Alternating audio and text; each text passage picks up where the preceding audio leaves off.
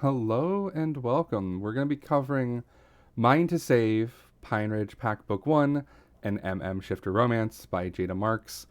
This is the next book I wanted to cover in terms of the reviews that I've been doing. I know last week we covered Dragon Shifters. I figured we might as well dive into some Wolf Shifters next. The next week's book I'm also a big fan of, but I'm also a big fan of this one. So, starting off, let's go through just a heads up warning. There are spoilers ahead. I will be covering not the entirety of the book, but I will be covering some major plot points that start off the book, kind of happen throughout the middle, if you will, and then the ending, not necessarily in great detail, but I'll touch on it briefly as we go through the next, couple of sections, if you will. So again, fair warning, spoilers ahead if you haven't read Mine to Save, the Pine Ridge Pack Book 1. Just a heads up. If you are interested in reading it, I would definitely suggest pausing here. But if not, feel free and continue as I go through some of the plot sections. So, starting off, we're introduced with Rory. One of the things he mentions is, or that's mentioned, that he's ousted from his home for being gay. His family didn't appreciate that. So he's living with his best friend Dax while he works some meaningless dead end jobs. Not very happy with his life, not very content with what he's doing, but he's doing his best to be an adult, if you will. Not necessarily he's like overly childish, but he's adulting the best he can given the fact that, he kind of got a shit hand with his family kicking him out. One of the things that his interest is, one of the hobbies that he has, though, is photography. So he does splurge on a camera in the very beginning, and then he decides to take a trip to the National Forest. And during that trip, while he's taking pictures, he gets disoriented, he falls down a cliffside and is injured, where then we get introduced to Phoenix. And Phoenix is leader of the Pine Ridge Pack, and together the three of them work as forest rangers, essentially the three of them being Phoenix, Rowan, and Stone, which I'll touch on briefly here in a minute. But they work in the national park. They don't necessarily aren't real forest rangers, if you will, but they are kind of guardians or kind of protectors of the forest, just making sure if people get lost that they can step in and help, just kind of keeping the order, if you will, for what they do there. And during that process, as Rory is now being found by Phoenix, Phoenix realizes Rory is his mate, and the scent is what drew Phoenix to Rory. And from there, it's the kind of typical meet cute, if you will, where they meet even though Rory's unconscious and barely functional at this point. But Phoenix rescues him, gets him back to his cabin, with Rowan, the kind of doctor healer, if you will, of the pack. They are able to make sure Rory's okay. And then from there, it just devolves into, let's just have a crush on Phoenix. And, not sure why it's happening so fast, but for Phoenix, it's because of the mate, and he, wants to do everything he can for Rory. For Rory, who's not a shifter, it's more falling for Phoenix and just kind of falling in love with his savior, if you will. And all seems to be going well until a roaming pack sets their sight on Phoenix for familial tensions, if you will, and then his pack and Rory unfortunately get involved. And this story does have a happily ever after. It's a HEA book. There's never, I don't really enjoy books that don't have a happily ever after.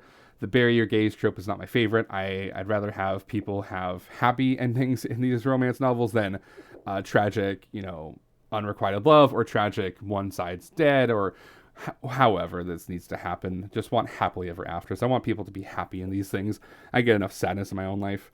So that's kind of the overall plot. There's a lot more that I haven't gone into, like the spicy scenes, if you will, but overall, it's pretty solid. Rowan, like I've mentioned, is the doctor. Stone is the muscle. It follows the same kind of formula as the one we covered from last week, Daddy from Flames, where there's the trio of shifters that are together, not in a romantic relationship, but just more in a pack relationship, where one's the quote-unquote leader, one's the quote-unquote healer, and the other one's the muscle.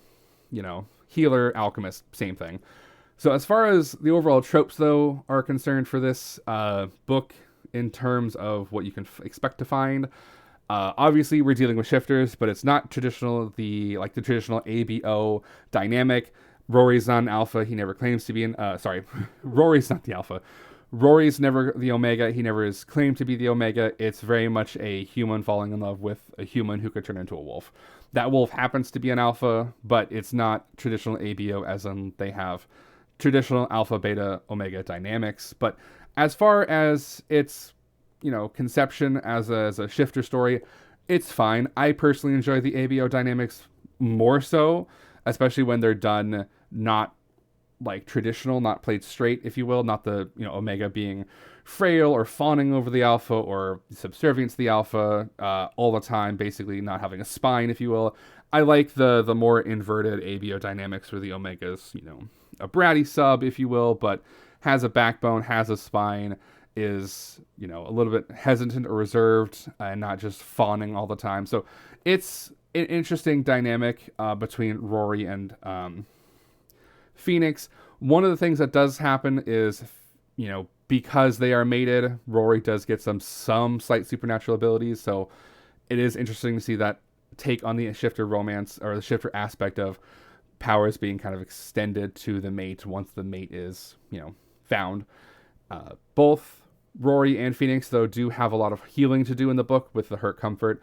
Obviously, Rory's a lot more physical, but there is some, emotional baggage that he has. Same thing for Phoenix, with his familial issues and stuff like that rear their ugly head towards the end. But overall, the story is solid in terms of them seeking each other for comfort.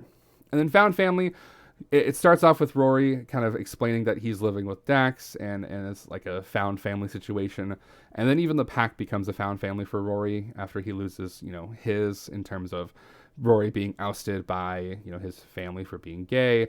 It's comforting to see that this guy gets kind of a family that will support him, care for him, because, he is who he is, not necessarily due to the fact that he is with the alpha, but because, they cared for him. They didn't have to save him. They could have just left him for dead, but, they welcomed him in, they took care of him, and it's a solid story. As far as rankings go, we'll kind of breeze through this. The plot, I would say the plot's pretty okay. It's fairly standard. It's not anything to write home about. Again, this was my first foray into the whole shifter romance. Not specifically just wolf shifters, but just shifters in general. This was like the introductory book for me, and I enjoyed a lot of it. It's definitely well written. The plot and the characters are, believable. It kind of keeps pace, if you will. There's no really like slow points in there for me. The drama is, kind of there. And again, it's a happily ever after, so I'm not complaining too hard. Although the characters, though, is where it shines for me. I definitely enjoy the characters, specifically, Rory and Phoenix, the two main love interests here. But Rowan and Stone gets their little bit of their time to shine. And at the end, Dax, while only being there, like, telecommunications-wise, he's only there on the phone for the most part, besides the intro and the ending, because of the situation with Rory being kind of injured in the cabin.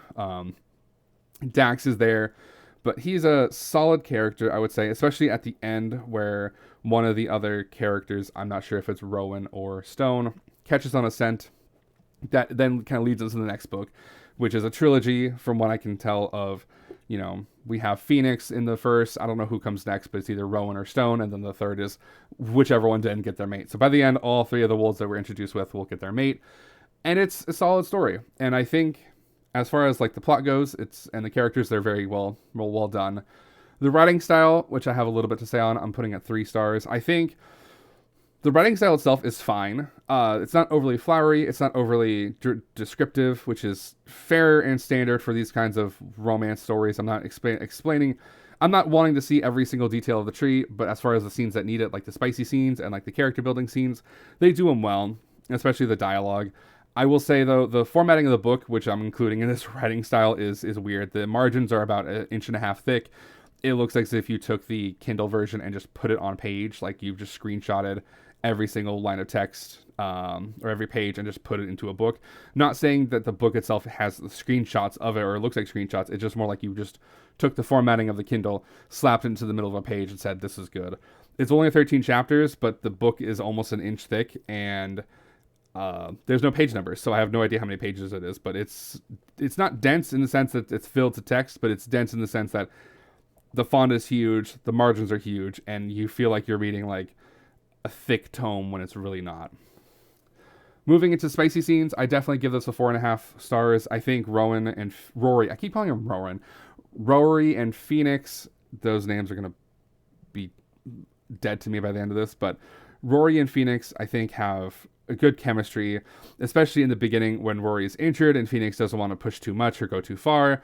but kind of throughout they find their groove once Rory's been feeling better and healed up, and then at the end, they have some sex scenes, and it's nice, it's enjoyable, you know, it's good, and it's not just like the alpha wanting to dom or top the human, if you will, Rory. It's a give and take, and I appreciate that in this kind of story. Overall, though, if you just were to pick this up, I'd rank this about 4 out of 5 stars. I think it could be formatted way better, and that's kind of why I'm taking off a full point. It's just because it's a lot. Not in the sense that it's a lot to get through. It's just the margins are massive. The text is large, so it's hard to kind of read. Not hard to read. It's easy to read, but it's a lot in terms of how thick it is for how few chapters there are. 13 chapters. I wouldn't expect to be this thick of a book. But overall, I enjoyed it. I really enjoyed the story. I enjoyed the plot. And again, this was my first foray into the kind of the shifter romance, if you will. So I enjoyed it. And then as far as recommendations that what I have, if you enjoyed this or if you wanted more from me, there's 2. So I have another shifter romance, and then I picked a supernatural romance because this was also touted as a supernatural romance or paranormal romance. So we'll go through both of these as well. And again, I've read both of these, and I'll cover both of these at some point. So Feral is the shifter romance. It's about a Omega from a kind of respectable family who's being, assigned a alpha mate, if you will. And then the alpha is kind of not what you seem to be or what it seems to be. And the book, The Wrong Alpha, this is the first book I've read in the series by Alessandra Hazard, but I enjoyed this one so much. It's definitely well worth a good read, and it has some more tropes than just obviously shifter. It's got more APO dynamics. It's got like kind of arranged marriage, if you will, and it's solid. I enjoyed it a lot. And then the supernatural romance is one that I've read a while ago. It's called Twisted Pretty Things. It's the Shadows of London book 1. This is more pure magic focused. This is where magic is a thing that exists. People are aware of magic. It's by Ariana Nash, and it's a book series of 4, I believe, maybe 5 at this point. But it's a solid book series. It follows the life of a kind of agency that tracks down magic users or artifacts that are magic bound that can wreak havoc if in the wrong hands, and they, kind of assess those artifacts. And there's a lot of drama in it. There's a lot of intrigue. The romance is great between the 2 characters. And also is there will it or will they not kind of romance. So it's kind of a triangle romance, like a 3-way of one character having great chemistry with one, but not having great chemistry with the other sexually. And I'm probably butchering the recommendation here, but it's very solid. I would recommend it. Both of these books are very, very good, and if you have a chance to read them, or if you're interested in any romance that have anything to do with supernatural, shifters, paranormal lives, I definitely recommend these. So I hope you guys enjoyed this. I probably blew through this a lot faster. OBS decided to be a bitch and crash in the middle of it. So I lost the footage and it didn't save. So yeah, that's everything there. And then I'll see you guys for the next one. Let's enjoy your weekend. I hope you have a great one, and I'll do another one next weekend. So I'll see you soon, friends.